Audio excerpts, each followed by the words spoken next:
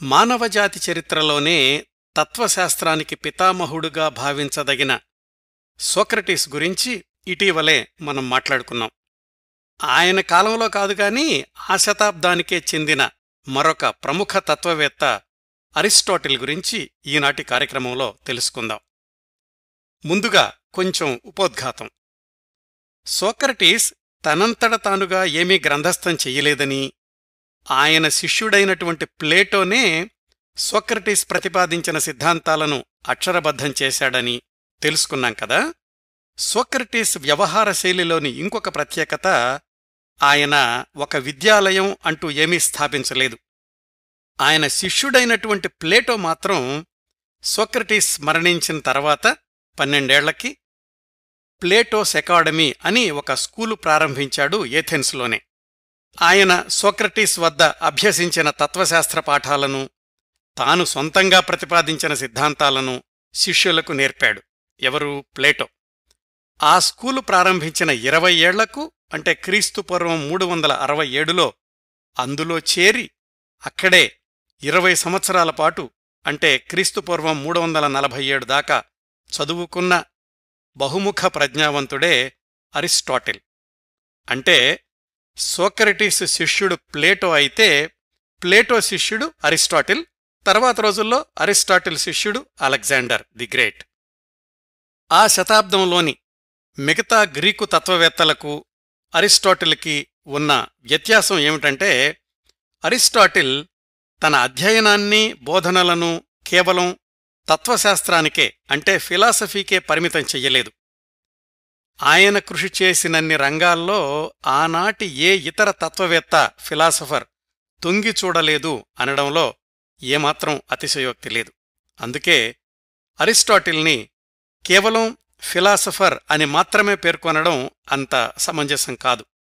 Aristotle ఒక తత్వవేత్త, ఒక భాషాశాస్త్రవేత్త, ఒక విజ్ఞాన శాస్త్రవేత్త, సైంటిస్ట్, ఒక గణిత శాస్త్రవేత్త, మ్యాథమెటీషియన్, ఒక కవి, పొయెట్, ఇంకా ఇంకా చాలా చాలా. అరిస్టాటిల్ స్పృశించని రంగం లేదు అంటే ఆశ్చర్యపడాల్సిన అవసరం లేదండి.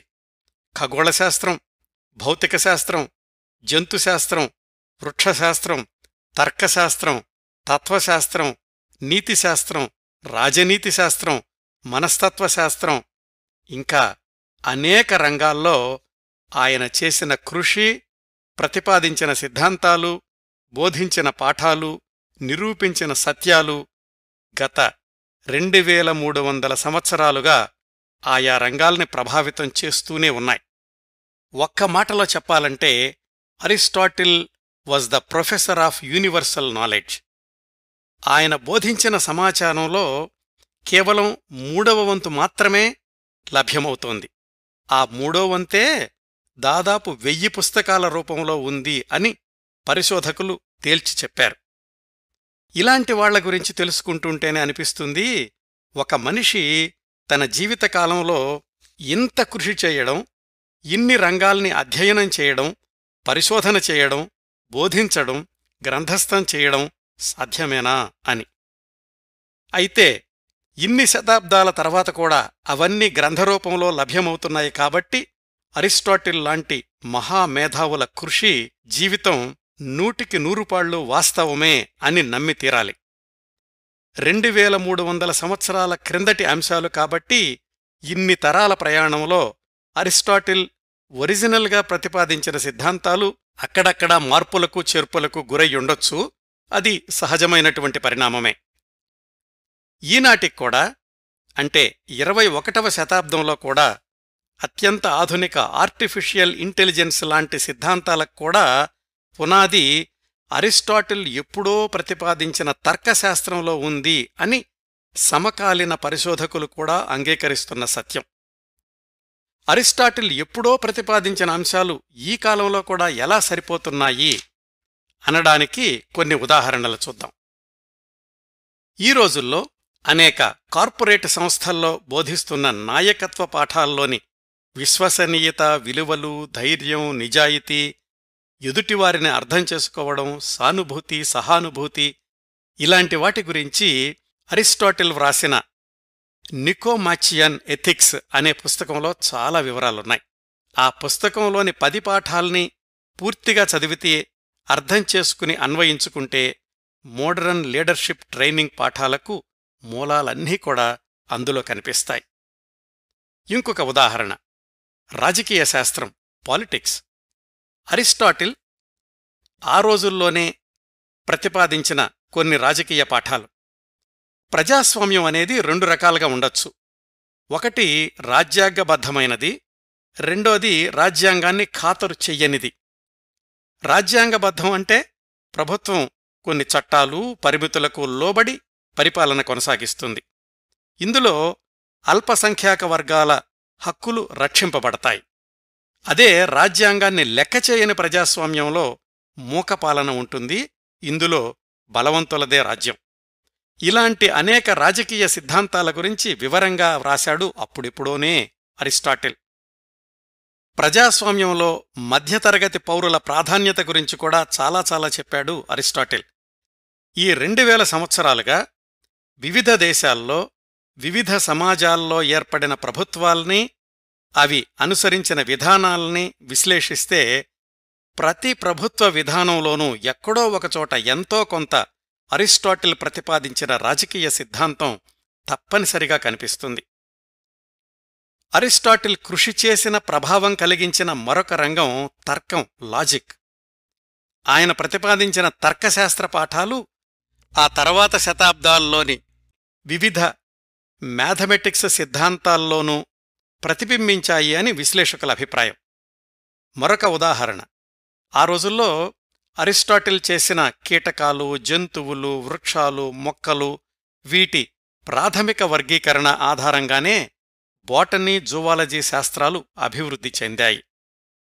ఇంకో ఉదాహరణ, విద్యారంగం గురించి అరిస్టాటిల్ వ్రాసిన వ్యాసాల్లో విద్య అనేది కేవలం పాఠ్యపుస్తకాలకు, కొన్ని శాస్త్రాలకు పరిమితం కాకూడదు, విద్యార్థి బహుముఖ వికాసమే అసలైన విద్య అని స్పష్టంగా చెప్పాడు. ఈ మార్గదర్శక సూత్రం ఈ కాలంలో కూడా ఎంతగా వర్తిస్తుందో వేరే చెప్పాల్సిన అవసరం లేదు కదా. ఇంకా అరిస్టాటిల్ ప్రతిపాదించిన సిద్ధాంతాలు తర్వాత రోజుల్లో వివిధ రంగాల్లో, మత గ్రంథాల్లో కూడా చోటు చేసుకుని ఆయా మత ప్రవక్తలు బోధనలుగా ప్రచారంలోకి రావడం గమనించదగ్గ విశేషం. ఇట్లా అరిస్టాటిల్ సిద్ధాంతాలు ఈ రోజుకి ఎంత ఖచ్చితత్వంతో వర్తిస్తాయి అనడానికి వేలాది ఉదాహరణలు చూపించొచ్చండి. ఈ అంశానికి ఇక్కడ సెమికోలన్ పెడదాం. అరిస్టాటిల్ వ్రాసిన వేలాది వాక్యాల్లో నుంచి కొన్ని కోటబుల్ కోట్స్ లాంటి వాక్యాలను చెప్తాను. సోక్రటీస్ కార్యక్రమంలో కూడా చెప్పాను. ఈ వాక్యాల్లో కొన్ని చాలా పరిచయం ఉన్నట్లుగా, వేరే చోట ఎక్కడో చదివినట్లుగా అనిపించొచ్చు. కానీ మనం గుర్తుంచుకోవాల్సింది ఇవన్నీ కూడా 2300 సంవత్సరాల క్రిందట అరిస్టాటిల్ చెప్పినవి అని. చూద్దాం కొన్నింటిని. ఒక మనిషి వ్యక్తిత్వం అంటే అతడు పదే చేసే పనులే. ఎక్సలెన్స్ అనేది ఒక్కసారితో అయిపోయేది కాదు, అదొక అలవాటు కావాలి. జ్ఞాన సముపార్జన లక్ష్యం ఆనందం సంపాదించడం కాదు, బాధను తప్పించుకోవడం. నిన్ను నువ్వు తెలుసుకోవడమే అన్ని జ్ఞానాలకు పునాది. మనసుని విద్యావంతం చెయ్యకుండా మెదడుకి పాఠాలు నేర్పడం వల్ల ఉపయోగాల్లేవు. విద్యావృక్షం వేళ్లు చేదుగా ఉంటాయి, కానీ దానికి కాచే ఫలాలు చాలా తియ్యగా ఉంటాయి. తెలుసుకోవడం ఎక్కువైన కొద్దీ నీకేం తెలీదో అర్థమవుతుంది. సంతోషం, ఆనందం అనేవి మన మానసిక స్థితే తప్ప బయటనుంచి వచ్చేవి కాదు. అందరికీ మిత్రుడిగా ఉండాలనుకునేవాళ్లు ఎవ్వరికీ మిత్రులు కాలేరు. 50 మంది శత్రువులకు విరుగుడు ఒక్క మిత్రుడు. స్నేహాన్ని నిలబెట్టేది పరస్పర గౌరవం. కళ ముఖ్యోద్దేశం బాహ్య సౌందర్యాన్ని చిత్రించడం కాదు, అంతఃసౌందర్యాన్ని ఆవిష్కరించడం. ఇవి అరిస్టాటిల్ చెప్పిన వ్యాసాల్లోని కొన్ని కోటబుల్ కోట్స్ అండి. అయితే అరిస్టాటిల్ ప్రతిపాదించిన సిద్ధాంతాల్లోనూ కొన్ని లోపాలున్నాయని, కొన్ని పొరపాట్లు ఉన్నాయని తరువాతి శతాబ్దాల్లో జరిగినటువంటి పరిశోధనలు చెప్పాయి. కొన్ని ఉదాహరణలు. బరువైన వస్తువు తేలికైన వస్తువు కంటే తొందరగా భూమికి చేరుతుంది అని చెప్పాడు అరిస్టాటిల్. ఇది తప్పు అని తర్వాత గెలీలియో రుజువు చేశాడు కదా. అలాగే శూన్య ప్రదేశం సృష్టించడం అసాధ్యం, ప్రకృతిలోని ప్రతి అణువులోనూ ఏదో ఒకటి నింపి ఉంటుంది కానీ శూన్యమనేది లేదు అని చెప్పాడు అరిస్టాటిల్. అది కూడా తప్పు అని తర్వాత తెలిసింది కదా. ఒక వస్తువు కదలాలి అంటే శక్తి అవసరం, అసలు మామూలుగా అయితే కదలకుండా అక్కడే ఉంటుంది అని చెప్పాడు. కానీ న్యూటన్ సూత్రాలు ఇవి తప్పు అని రుజువు చేశాయి. మొత్తం భూగోళానికి భూమి కేంద్రం అని ఒక ప్రతిపాదన, అలాగే చంద్రుడికి స్వయం ప్రకాశక శక్తి ఉందని ఇంకొక ప్రతిపాదన చేశాడు. ఈ రెండు తప్పు అని తర్వాత తెలిసాయి. అంటే ఇక్కడ మనం అర్థం చేసుకోవాల్సింది ఏంటంటే 2300 సంవత్సరాల క్రిందట అప్పటికీ ఆయనకున్నటువంటి వనరులతో ఆయన ఆలోచించి చెప్పినటువంటి సిద్ధాంతాల్లో ఇలా కొన్ని చిన్న చిన్న పొరపాట్లు ఉండొచ్చు, కానీ 90% పైగా ఆయన ప్రతిపాదించిన సిద్ధాంతాల మీదనే ఆయా రంగాలు అభివృద్ధి చెందాయి అని ఇప్పటికూడా విశ్లేషకులు, పరిశోధకులు అంగీకరించేటటువంటి వాస్తవం. అరిస్టాటిల్ గురించిన సైద్ధాంతిక ఉపోద్ఘాతం, థియరిటికల్ ఇంట్రడక్షన్ ఇక్కడతో ఆపి ఈనాటి ప్రధానాంశమైన ఆయన జీవిత విశేషాల్లోకి వెళదాం. ముందుగా విహంగ వీక్షణంలాగా ఆయన జీవిత సంగ్రహాన్ని చూపిస్తాను. అరిస్టాటిల్ క్రీస్తుపూర్వం 384 నుంచి క్రీస్తుపూర్వం 322 దాకా, అంటే 62 సంవత్సరాలు జీవించాడు. ఆనాటి మిగతా తత్వవేత్తలకి అరిస్టాటిల్కి ఉన్న ఇంకొక వ్యత్యాసం ఏమిటంటే ఈయన అత్యంత ధనిక కుటుంబంలో పుట్టాడు. బోలెడంత ఆస్తిని వారసత్వంగా పొందాడు. వాళ్ల నాన్నగారికున్న రాచరికపు పరిచయాలు అరిస్టాటిల్ జీవితంలో కూడా ప్రముఖ పాత్ర పోషించాయి.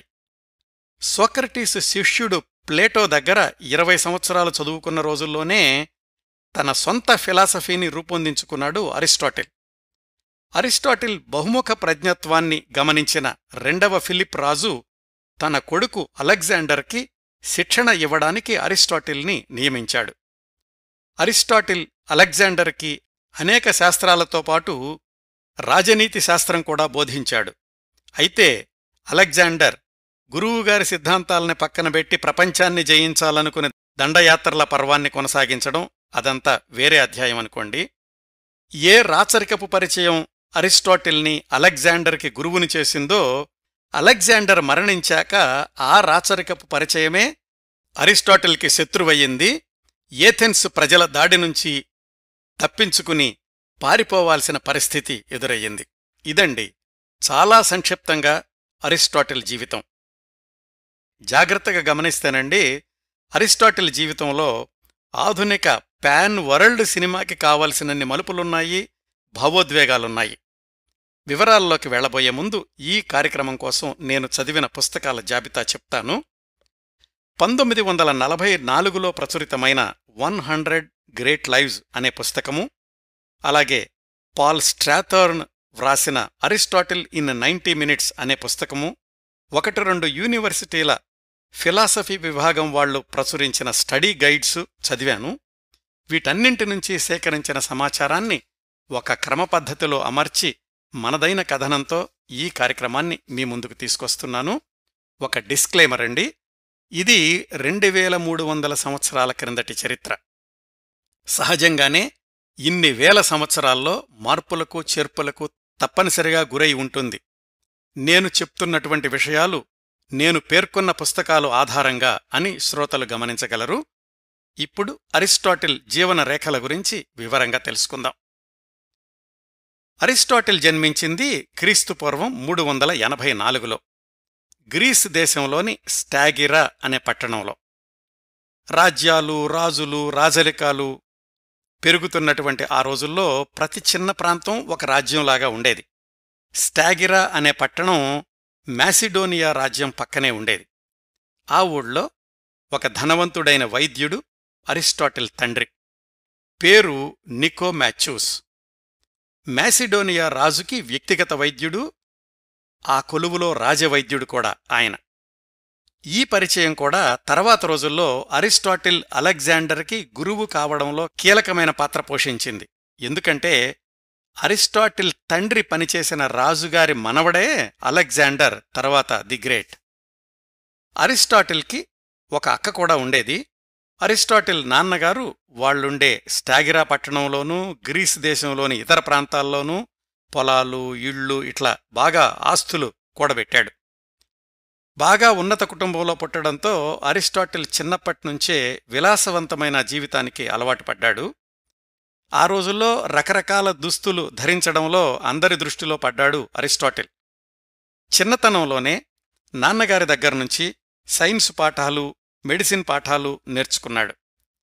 ఆయనకు 13 సంవత్సరాల వయసుండగా అమ్మానాన్నలు చనిపోయారు. అప్పటికే అక్కయ్యకు పెళ్ళైపోయింది. బోలెడంత సంపదకు ఒక్కడే వారసుడు. అతని వయసేమో కేవలం 13 సంవత్సరాలు. ఒక్కణ్ణే వదిలేయడం మంచిది కాదు కాబట్టి వాళ్ల బావ అరిస్టాటిల్కి గార్డియన్గా ఉన్నాడు. స్టాగిరా నుంచి అరిస్టాటిల్ని తన ఊరికి తీసుకెళ్లాడు వాళ్ల బావ. ఆ తర్వాత 4 ఏళ్లపాటు అక్కడే చదువుకున్నాడు.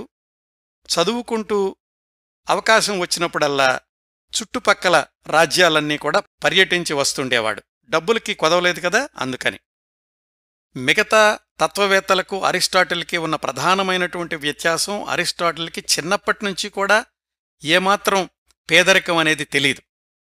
తమ ఇంటి దగ్గరుండి చదువుకోవడం కంటే ఎక్కడైనా క్రమశిక్షణ గల స్కూల్లో చేర్పిస్తే బావుంటుందనుకున్నాడు అరిస్టాటిల్ బావ. ఆ రోజులకు ఏథెన్సులో సోక్రటీస్ శిష్యుడు ప్లేటో ఒక స్కూలు నడుపుతున్నాడు. దాన్ని ప్లేటో అకాడమీ అనేవాళ్లు.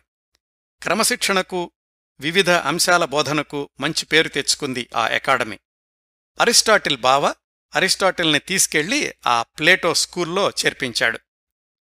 అప్పుడు అరిస్టాటిల్ వయసు 17 సంవత్సరాలు, క్రీస్తుపూర్వం 367లో. అప్పటికి సోక్రటీస్ మరణించి 32 ఏళ్లయింది. అంటే అరిస్టాటిల్ సోక్రటీస్ని ఎప్పుడూ చూడలేదన్నమాట. అక్కడ్నుంచి సుమారుగా 20 సంవత్సరాల పాటు, అంటే తనకి 37 సంవత్సరాల వయసొచ్చేదాకా ఆ ప్లేటో అకాడమీలో ఏథెన్సులోనే ఉండిపోయాడు అరిస్టాటిల్. అరిస్టాటిల్ తత్వవేత్త కావడానికి, అనేక అంశాలు అధ్యయనం చేయడానికి కార్యక్షేత్రం ప్లేటో స్కూల్. స్కూల్లో చేరిన కొత్తలోనే చురుకైన విద్యార్థిగా పేరు తెచ్చుకున్నాడు. ప్లేటోకి ప్రియశిష్యుడయ్యాడు అరిస్టాటిల్. ఆయనలోని చురుకుదనాన్ని గమనించిన ప్లేటో తొందరలోనే అరిస్టాటిల్ని ఉపాధ్యాయుడిగా కూడా చేశాడు. అంటే ప్లేటో అకాడమీలో ఒకవైపు చదువుకుంటూనే ఇంకొక వైపు తోటి విద్యార్థులకు బోధన కూడా చేస్తుండేవాడు అరిస్టాటిల్. గురువుగా ప్లేటోని ఎంత గౌరవించినా, ప్లేటో బోధనల్లో నచ్చని వాటిని, అభ్యాసాత్మకంగా లేని వాటిని మొహమాటం లేకుండా విమర్శించడానికి వెనుకాడేవాడు కాదు అరిస్టాటిల్.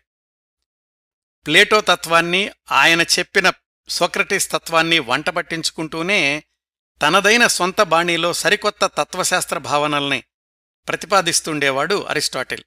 ఆ ప్రతిపాదనలే క్రమక్రమంగా అరిస్టాటిల్ తత్వానికి దారితీశాయి. అరిస్టాటిల్ ప్లేటోతో విభేదించినటువంటి ప్రధాన అంశం ఏంటంటే, ఏ భావన అయినా కేవలం సిద్ధాంతంతో ఆగిపోకూడదు, దేన్నైనా అభ్యాసాత్మకంగా, ప్రాక్టికల్గా చూడాలి అనే విషయంలో. అలాగే ప్లేటో సిద్ధాంతాలు చాలా వరకు ఆలోచనల్లాగానే ఉండిపోతే అరిస్టాటిల్ అనేవాడు ఆ ఆలోచనలుగానీ, ప్రతిపాదించిన సిద్ధాంతాలుగానీ సైంటిఫిక్గా ఉండాలి అని. బాగా డబ్బులున్నవాడేమో అరిస్టాటిల్ చాలా పుస్తకాలు కొని దాచుకుంటూ ఉండేవాడు. తన దగ్గర చాలా పుస్తకాలున్నప్పటికీ అరిస్టాటిల్ దగ్గరున్న పుస్తకాలను చూసి ప్లేటోనే అసూయపడుతూ ఉండేవాడట. ఆ రోజుల్లో వ్యక్తిగతంగా అతిపెద్ద గ్రంథాలయం కలిగి ఉన్నటువంటి వ్యక్తి అరిస్టాటిల్ ఒక్కడే ఏథెన్స్లో. ప్లేటో అకాడమీలో చేరిన కొద్ది సంవత్సరాల నుంచే అరిస్టాటిల్ ప్రతిభ గురించి గ్రీసు దేశమంతా తెలిసిపోయింది. అరిస్టాటిల్ని చూడడానికి ప్రత్యేకంగా ఏథెన్స్కి వస్తూ ఉండేవాళ్లట పర్యాటకులు. అరిస్టాటిల్ అక్కడ గడిపిన 20 ఏళ్లలో చోటు చేసుకున్న ముఖ్యమైన 3 పరిణామాలను గురించి, అవి అరిస్టాటిల్ జీవితాన్ని ప్రభావితం చేసిన తీరు గురించి తెలుసుకుందాం. అరిస్టాటిల్కి 28 సంవత్సరాల వయసులో, అంటే ఆయన ప్లేటో స్కూల్లో చేరిన 11 సంవత్సరాలకు మ్యాసిడోనియా రాజైన రెండో ఫిలిప్ నుంచి ఒక ఉత్తరం అందింది. ప్రియమైన అరిస్టాటిల్, నీ ప్రతిభా సామర్థ్యాల గురించి, నీ జ్ఞానసంపద గురించి చాలా గొప్ప విశేషాలు వింటున్నాను. మీ నాన్న మా నాన్నగారి కొలువులో వైద్యుడిగా అద్భుతమైన సేవలందించారు. ఈ ఉత్తరం రాయడానికి కారణం ఏంటంటే, ఇప్పుడు నాకో కొడుకు పుట్టాడు, అతడికి అలెగ్జాండర్ అని పేరు పెట్టుకున్నాను. ఇతడు పెరిగి పెద్దయ్యాక ప్రపంచంలోని దేశాలన్నింటినీ జయించి జగద్విజేత కావాలి అని నా కోరిక. అందుకు తగిన విద్యాబుద్ధుల్ని నేర్పే గురువు కోసం ఇప్పటినుంచే అన్వేషిస్తున్నాను. ఆ గురువు మీరే కావాలని నా ఉద్దేశం. నిజానికి మీరు జీవించి ఉన్న కాలంలోనే నాకు కొడుకు పుట్టడం నా అదృష్టంగా భావిస్తున్నాను. మా అబ్బాయికి 12-13 సంవత్సరాల వయసు రాగానే మీకు కబురు పంపిస్తాను. అప్పణ్నుంచి మా అబ్బాయి మీ శిష్యుడవుతాడు.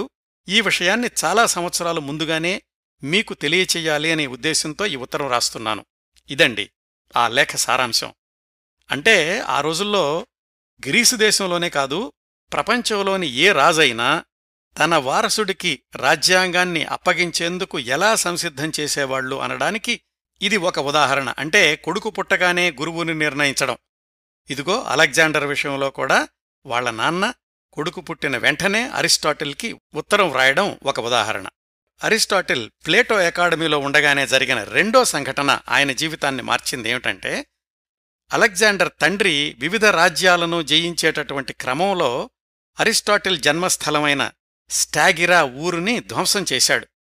అప్పటికీ అరిస్టాటిల్ వాళ్ల ఊళ్ళో లేడు కదా, ఏథెన్స్లో ప్లేటో స్కూల్లో ఉన్నాడు. తన ఊరికి జరిగిన నష్టం గురించి తెలుసుకుని చాలా బాధపడ్డాడు. భవిష్యత్తులో ఎలాగైనా అలెగ్జాండర్ తండ్రితోనే ఆ ఊరిని పునర్నిర్మాణం చేయించాలి అని నిశ్చయించుకున్నాడు. అది ఎలా సాధ్యపడిందో కొద్ది నిమిషాల్లో తెలుసుకుందాం. ఇంకా అరిస్టాటిల్ ఏథెన్సులో ఉండగా జరిగిన మూడో సంఘటన, అరిస్టాటిల్తో పాటుగా ప్లేటో అకాడమీలో చదువుకున్న వాళ్లల్లో ఇంకొక వ్యక్తి పేరు హెర్మియాస్. అరిస్టాటిల్కి మంచి మిత్రుడు కూడా. అయితే అరిస్టాటిల్లాగా 20 ఏళ్లు ఆ అకాడమీలోనే ఉండిపోలేదు హెర్మియాస్. చాలా ముందుగానే ఆ స్కూల్లో చదువు ముగించుకుని గ్రీసు దేశంలోనే ఒక చిన్న రాజ్యానికి అధిపతి అయ్యాడు. ఈ హెర్మియాస్ చరిత్ర కూడా చాలా ఆసక్తికరంగా ఉంటుంది. ఒక పెట్టుబడిదారు దగ్గర సేవకుడిలాగా ఉండేవాడు. ఆ పెట్టుబడిదారు హెర్మియాస్ని ప్లేటో అకాడమీలో చదువుకోవడానికి పంపించాడు. ఇతను చదువు పూర్తయ్యేసరికి అక్కడ ఆ పెట్టుబడిదారుడు తాను అప్పులిచ్చిన వాళ్ల ఆస్తులన్నీ స్వాధీనం చేసుకుని ఒక చిన్న సామ్రాజ్యానికి అధిపతి అయ్యాడు. హెర్మియాస్ ప్లేటో అకాడమీ నుంచి వచ్చాక అతణ్ణి కూడా రాజ్యాధికారంలో భాగస్వామిని చేశాడు. ఆ పెట్టుబడిదారు మరణించాక హెర్మియాస్ ఆ రాజ్యానికి ఒక్కడే రాజయ్యాడు. తనతో కలిసి చదువుకున్న అరిస్టాటిల్ అంటే హెర్మియాస్కి విపరీతమైన అభిమానం, గౌరవం. తాను ఒక రాజ్యానికి రాజైనప్పటికీ కూడా అరిస్టాటిల్ని మర్చిపోలేదు. అంతేకాదు, అరిస్టాటిల్ జీవితంలోని అతి కీలకమైన మలుపులకి కారణమయ్యాడు ఈ హెర్మియాస్. ఎలాగంటే, క్రీస్తుపూర్వం 347లో ప్లేటో మరణించాడు. అప్పటికి అరిస్టాటిల్ అక్కడికొచ్చి 20 ఏళ్లయింది. ఆయన వయసు కూడా 37 సంవత్సరాలు. ప్లేటో మరణించాక ఆ అకాడమీ ప్లేటో మేనల్లుడు స్పెయిసిప్పస్ చేతికెళ్ళింది. ఈ స్పెయిసిప్పస్కి అస్సలు మంచి పేరు లేదు. ఒకసారి అతను శిష్యులకు పాఠాలు చెప్పేటప్పుడు కుక్క మొరుగుతోంది అని కోపంతోటి ఆ కుక్కను లాక్కెళ్లి బావిలో విసిరేశాడు. అకాడమీలోని విద్యార్థులకు కూడా అతనంటే అంత గౌరవం లేదు. కేవలం ప్లేటో మేనల్లుడు అనే కారణంతోటి అకాడమీకి తనని తాను అధిపతిగా ప్రకటించుకున్నాడు. ఇది నచ్చని అరిస్టాటిల్ అక్కడ్నుంచి వెళ్ళిపోదామనే నిర్ణయానికొచ్చాడు. ఎక్కడికెళ్లాలి? అమ్మా నాన్న ఎప్పుడో చనిపోయారు. తను పుట్టి పెరిగిన స్టాగరా ఊరేమో పూర్తిగా ధ్వంసమైపోయింది. ఇక మిగిలిందల్లా అక్కా బావ. వాళ్ల దగ్గరకు వెళదామా అని ఆలోచిస్తున్న తరుణంలో హెర్మియాస్ దగ్గర్నుంచి ఆహ్వానం వచ్చింది తన రాజ్యానికి వచ్చేయమని. ఇంతకుముందే తెలుసుకున్నాం కదా, తనతో పాటు చదువుకున్నతనే హెర్మియాస్ ఒక రాజ్యానికి రాజయ్యాడు అని. ఆ రాజ్యం పేరు ఎటార్న్యూస్. తనలాగే ప్లేటో అకాడమీలో అసంతృప్తికి గురైన మరొక సహాధ్యాయి జెనోక్రాట్స్తో కలిసి హెర్మియాస్ పాలనలో ఉన్న రాజ్యానికి వెళ్లాడు అరిస్టాటిల్. తన రాజ్యాన్ని గ్రీకు సంస్కృతికి కేంద్రంగా అభివృద్ధి చెయ్యాలి అని హెర్మియాస్ ఆలోచన. దానికి సంబంధించిన సలహాల కోసం ఒకప్పుడు తనతో పాటు కలిసి చదువుకున్న అరిస్టాటిల్ని పిలిపించుకున్నాడనమాట. అప్పటికే అరిస్టాటిల్ పేరు గ్రీసు దేశమంతా పాకిపోయింది అత్యంత ప్రతిభావంతుడిగా. అరిస్టాటిల్ హెర్మియాస్కి కుడిభుజం అయ్యాడు. సాంస్కృతిక కేంద్రం అక్కడ అభివృద్ధి చేయడంతో పాటు రాజ్యాన్ని ఎలా పరిపాలించాలో కూడా అరిస్టాటిల్ దగ్గర సలహాలు తీసుకుంటూ ఉండేవాడు హెర్మియాస్. ఆ చుట్టుపక్కలున్న చిన్న చిన్న రాజ్యాల పాలన ఎలా ఉంది, ఎలాంటి రాజ్యాంగాలు అమలులో ఉన్నాయి అనే అంశాలను అధ్యయనం చేసి ఆదర్శవంతమైన రాజు ఎలా ఉండాలి, ఆయన పరిపాలనలో ఎలాంటి జాగ్రత్తలు తీసుకోవాలి, తన రాజ్యంలోని ఏ వర్గాల ప్రజలను ఎలా చూసుకోవాలి అనే అంశాల మీద అరిస్టాటిల్ ఒక పుస్తకం కూడా వ్రాశాడు హెర్మియాస్ కొలువులో ఉండగానే. తర్వాత రోజుల్లో అదే మరికొంత విస్తరించి రిపబ్లిక్ అనే పుస్తకం అయింది అరిస్టాటిల్ వ్రాసింది. హెర్మియాస్ దగ్గర 4 ఏళ్లున్నాడు అరిస్టాటిల్. అప్పటికే అతని వయసు 40 సంవత్సరాలు, దాదాపుగా మధ్య వయస్కుడు. ఇంతకాలం తత్వశాస్త్రం, వివిధ శాస్త్రాల అధ్యయనం, పరిశోధనలు తప్ప తన గురించి తను ఎప్పుడూ ఆలోచించుకోలేదు. హెర్మియాస్ కొలువులో ఉండగానే అరిస్టాటిల్ ప్రేమలో పడ్డాడు. ఆ అమ్మాయి పేరు పైథియాస్. ఆమె ఎవరు అనే విషయంలో అనేక కథనాలున్నాయి. కొన్ని చోట్ల ఈ పైథియాస్ అనే అమ్మాయి హెర్మియాస్కి చెల్లెలు అని, మరికొంతమంది కాదు ఆమె మేనకోడలని అంటారు. ఇంకొంతమంది ఇదేం కాదు, పైథియాస్ అనే అమ్మాయి హెర్మియాస్ కొలువులో ఉండే సేవకురాలు, దేవదాసి లాంటిది అంటారు. ఆమె ఎవరైనప్పటికీ ఆమె ప్రేమలో పడ్డ అరిస్టాటిల్ పైథియాస్ని పెళ్లి చేసుకున్నాడు. హెర్మియాస్ దగ్గరున్న 4 ఏళ్లలో అరిస్టాటిల్ జీవితంలో జరిగిన ముఖ్యమైన పరిణామం ఈ వివాహం. తర్వాత రోజుల్లో వాళ్లకి ఒక అమ్మాయి పుట్టింది. ఆ అమ్మాయికి కూడా పైథియాస్ అని పేరు పెట్టుకున్నారు. కాకపోతే పైథియాస్ జూనియర్ అని పిలిచేవాళ్లు. ఆ అమ్మాయిని తర్వాత తన అక్క కొడుకే పెళ్లి చేసుకున్నాడు. అవన్నీ తరువాత ఎప్పుడో జరిగిన సంఘటనలనుకోండి. ప్రస్తుతం కథ జరుగుతున్న క్రీస్తుపూర్వం 345 ప్రాంతాలకు వస్తే, పైథియాస్ని పెళ్లి చేసుకున్నాక దగ్గర్లోని ఒక ద్వీపానికి మారాడు అరిస్టాటిల్. కారణమేమిటంటే మొక్కల గురించి పరిశోధన చేయాలనుకోవడం. ఆ ద్వీపంలో అయితే రకరకాల మొక్కలు ఎక్కువగా ఉంటాయి అని అక్కడ తన పరిశోధన కొనసాగించాడు అరిస్టాటిల్. పనిలో పనిగా ఒక స్కూలు కూడా ప్రారంభించాడు. ఆ రోజుల్లో అరిస్టాటిల్ ప్రారంభించి కొనసాగించిన మొక్కల వర్గీకరణే 18వ శతాబ్దం దాకా శాస్త్రజ్ఞులు ప్రామాణికంగా పరిగణిస్తూ ఉండేవాళ్లు. ఇలా అరిస్టాటిల్ భార్యతో కలిసి ఉంటూ తన పరిశోధనలు కొనసాగిస్తున్న సమయంలోనే క్రీస్తుపూర్వం 343లో తన 41 సంవత్సరాల వయసులో మాసిడోనియా రాజు రెండో ఫిలిప్ నుంచి వర్తమానం వచ్చింది. తన కొడుకు అలెగ్జాండర్కి 13 ఏళ్లొచ్చాయి. అలెగ్జాండర్ పుట్టినప్పుడే చెప్పినట్లు మీరే వచ్చి అలెగ్జాండర్కి విద్యాబుద్ధులు నేర్పాలి అని. ఎప్పుడో ఫిలిప్ రాజుకి ఇచ్చిన మాట నిలబెట్టుకుంటూ అరిస్టాటిల్ హెర్మియాస్ కొలువులో సెలవు తీసుకుని మాసిడోనియాకి ప్రయాణమయ్యాడు. ఆయన హెర్మియాస్ని వదిలి వెళ్లిన 2 ఏళ్లకు హెర్మియాస్ శత్రువుల చేతికి చిక్కి దారుణంగా చనిపోయాడు యుద్ధంలో. ఆ సందర్భంలో హెర్మియాస్ స్మృతిలో అరిస్టాటిల్ వ్రాసిన కవిత ఇప్పటికూడా ప్రపంచ సాహిత్యంలో ప్రామాణికమైన ప్రత్యేకమైన స్మరణికగా ప్రశంసలందుకుంటోంది. అది అరిస్టాటిల్కి తన మిత్రుల పట్ల, శ్రేయోభిలాషుల పట్ల ఉన్న అభిమానం, గౌరవం. ఇంకా అరిస్టాటిల్, అలెగ్జాండర్ వీళ్ల గురుశిష్య సంబంధం గురించి తెలుసుకుందాం. అరిస్టాటిల్ అలెగ్జాండర్కి మాత్రమే పాఠాలు చెప్పే ట్యూషన్ మాస్టర్లాగా కొనసాగలేదు. అలెగ్జాండర్ తండ్రి అరిస్టాటిల్కి పూర్తి స్వాతంత్ర్యం ఇచ్చాడు. మీరు విద్యాలయం లాంటిది ప్రారంభించండి, మా అబ్బాయి అలెగ్జాండర్తో పాటు చుట్టుపక్కల రాజ్యాల రాజుల కొడుకులు కూడా కొంతమంది మీ దగ్గర చదువుకోవడానికి వస్తాముంటున్నారు అని. అరిస్టాటిల్కి కావలసిన సదుపాయాలన్నీ సమకూర్చాడు ఫిలిప్ రాజు, అంటే అలెగ్జాండర్ తండ్రి. అరిస్టాటిల్ ఒక ప్రశాంతమైన వాతావరణంలో గురుకులం లాంటి స్కూలు ప్రారంభించాడు. అలెగ్జాండర్తో పాటు మరికొంతమంది రాజకుమారులు కూడా ఆయన దగ్గర 4-5 ఏళ్లపాటు శిక్షణ తీసుకున్నారు. సైన్సు, లెక్కలు వీటితో పాటుగా జాగ్రఫీ, ఆనాటి ప్రపంచ చరిత్ర, రాజకీయ శాస్త్రం, రాజు ప్రజల్ని పరిపాలించే క్రమంలో తీసుకోవాల్సిన మెళకువలు ఇలాంటివన్నీ బోధించాడు అరిస్టాటిల్. ఆయన శిక్షణ కూడా విలక్షణంగా ఉండేది. ఎట్లాగంటే ప్రశాంతమైన తోటలో చెట్ల కింద పెద్ద రాయి మీద అరిస్టాటిల్ కూర్చుంటే చుట్టూ శిష్యులు ఉండేవాళ్లు. ఆ విధంగా కొన్నాళ్లు బోధన కొనసాగించాడు. తోటలో తాను నడుస్తూ తనతో పాటుగా వాళ్లను కూడా నడిపిస్తూ పాఠాలు చెప్తుండేవాడు కొన్ని రోజులు అరిస్టాటిల్. ఇక్కడ గురుకులం ఇలా కొనసాగుతూ ఉండగా అలెగ్జాండర్ తండ్రి ఆయన అరిస్టాటిల్ని అడిగాడు, మా అబ్బాయికి చదువు చెప్తున్నారు కదా, మీకు పారితోషికం ఏం కావాలి అని. అరిస్టాటిల్ ధనధాన్యాలేమీ నాకు అవసరం లేదు, నేను మామూలుగానే ధనవంతుణ్ణి. అయితే 2-3 ఏళ్ల క్రిందట మీరు దండయాత్రకు వెళుతూ మా ఊరు స్టాగిరాని ధ్వంసం చేశారు కదా. ప్రస్తుతం అక్కడున్న ప్రజలందరూ చెట్ల కింద పుట్ల కింద బతుకుతూ సరైన తిండి లేక నానా కష్టాలు పడుతున్నారు. దయచేసి మా ఊరిని మళ్లీ మామూలు స్థాయికి పునరుద్ధరించి అక్కడి ప్రజలకు ఉపాధి ఏదైనా కల్పించండి అని. ఫిలిప్ రాజు మారు మాట్లాడకుండా ఆ పని విజయవంతంగా పూర్తిచేశాడు.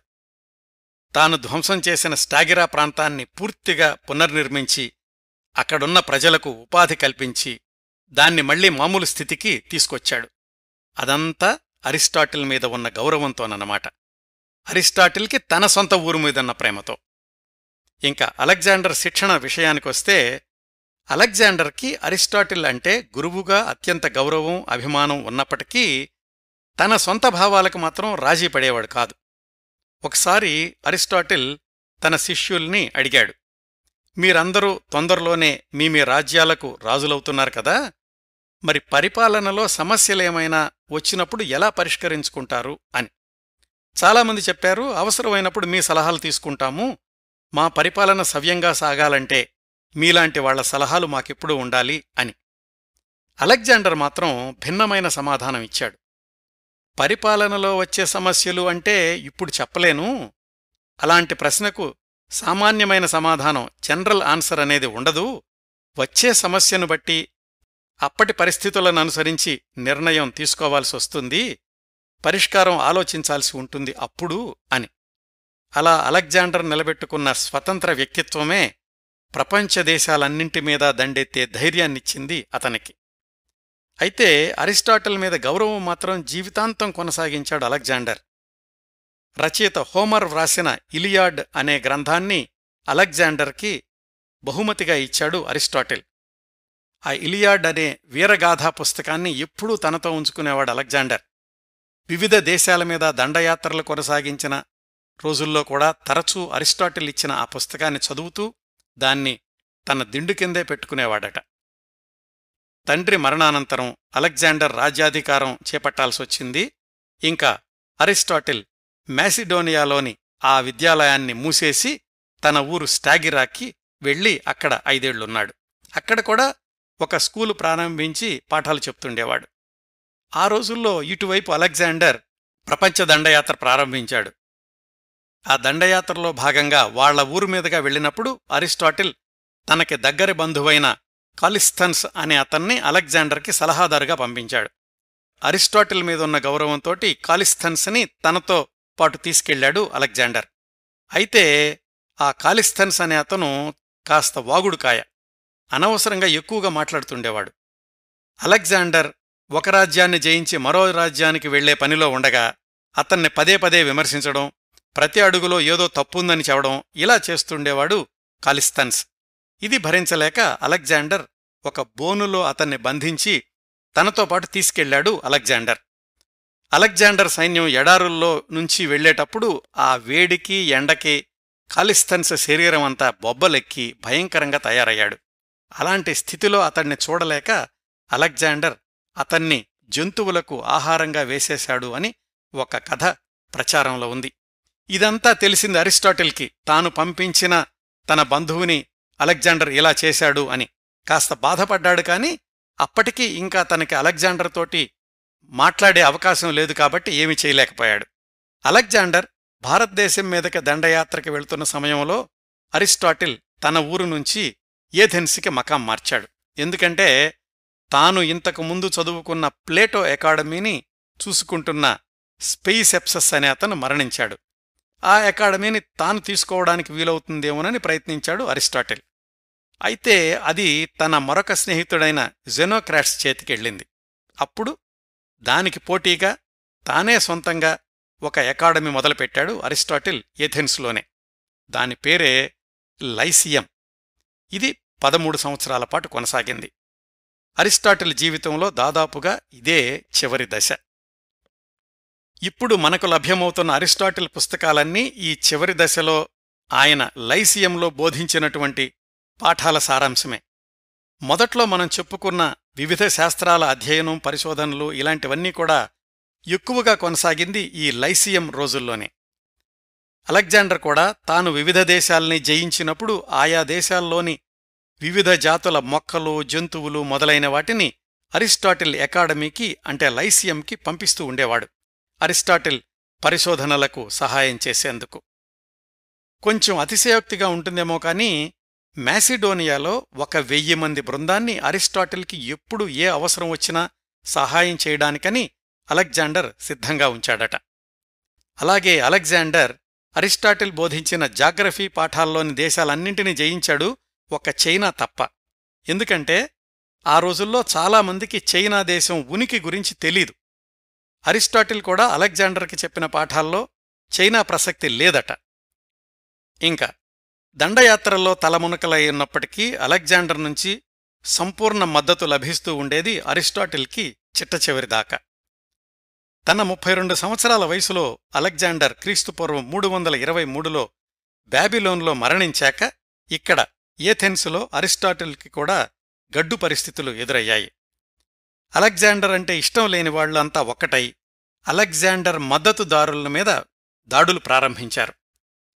తానింక ఏథెన్స్లోనే కొనసాగితే ఏదో ఒకరోజు వాళ్లు తన మీద కూడా వస్తారు అని అరిస్టాటిల్కి తెలిసింది. అదే జరిగితే 100 ఏళ్ల క్రిందట సోక్రటీస్కి పట్టిన గతే తనకూ పడుతుంది, నచ్చని వాళ్లకు మరణశిక్ష విధించే ఆ రోజుల్లో ఏథెన్స్ ప్రజల చేతిలో మరొక తత్వవేత్త మరణించకూడదు అనుకున్న అరిస్టాటిల్ ఏథెన్సు నుంచి వాళ్ల అమ్మగారి ఊరైన చాల్సిస్కి వెళ్ళిపోయాడు. ఇదంతా జరిగింది అలెగ్జాండర్ మరణించిన క్రీస్తుపూర్వం 323లోనే. అప్పటికీ అరిస్టాటిల్ వయసు 61 సంవత్సరాలు. అప్పటికే వేలాది పుస్తకాలకు సరిపడా పాఠాల్ని, పాఠ్యాంశాల్ని సమకూర్చాడు అరిస్టాటిల్. చాల్సిస్కి వెళ్ళాక చివరి సంవత్సరమో 10-11 నెలలో పూర్తిగా అజ్ఞాతవాసంలోనే ఏథెన్స్ ఉద్యమకారులకు దొరక్కుండా జీవించాడు అరిస్టాటిల్. అక్కడ అజ్ఞాతంలో ఉండగానే క్రీస్తుపూర్వం 322లో తన 62 సంవత్సరాల వయసులో చాల్సిస్లోనే అనారోగ్యంతో మరణించాడు అని ఎక్కువ కథనాలు చెప్తున్నాయి. కొన్ని కథనాలు మాత్రం లేదు, ఆయన శత్రువులకు దొరక్కూడదు అని అరిస్టాటిలే ఆత్మహత్య చేసుకున్నాడు అని ప్రచారంలో ఉన్నాయి. ఏదేమైనా అరిస్టాటిల్ మరణంతోటి ఆయన జీవితం పరిసమాప్తమైంది. కానీ ఆయన ప్రతిపాదించిన, బోధించిన, పరిశోధించిన, ఆవిష్కరించిన అనేక శాస్త్రాలు, సిద్ధాంతాలు మాత్రం మానవజాతి చరిత్రలోనే అత్యద్భుతమైన అధ్యాయానికి పునాదులు వేశాయి, నాందీవాచకం పలికాయి. చిట్టచివరగా అరిస్టాటిల్ గురించి ఒక్క మాటలో చెప్పాలంటే అరిస్టాటిల్ జీవితం మానవజాతి పరిణామక్రమంలోనే ఒక మహోదయం. ఇవండి అరిస్టాటిల్ జీవితం గురించి, ఆయన సాధించిన విజయాల గురించి మనకున్న సమయంలో నేను అందించగలిగినన్ని విశేషాలు. ఈ ఎపిసోడ్ని ఇంతటితో ముగిస్తానండి. ఈ కార్యక్రమాలను ఆదరించి అభిమానిస్తున్న శ్రోతలందరకు హృదయపూర్వకంగా ధన్యవాదాలు తెలియచేస్తున్నాను. మళ్లీ వారం మరొక మంచి కార్యక్రమంతో కలుసుకుందాం. అంతవరకు నవ్వుతూ ఉండండి. మీ నవ్వులు 10 మందికి పంచండి. ప్రస్తుతానికి మీ వద్ద సెలవు తీసుకుంటోంది సదా మీ ఆదరాభిమానాలను కోరుకునే మీ కిరణ్ ప్రభ.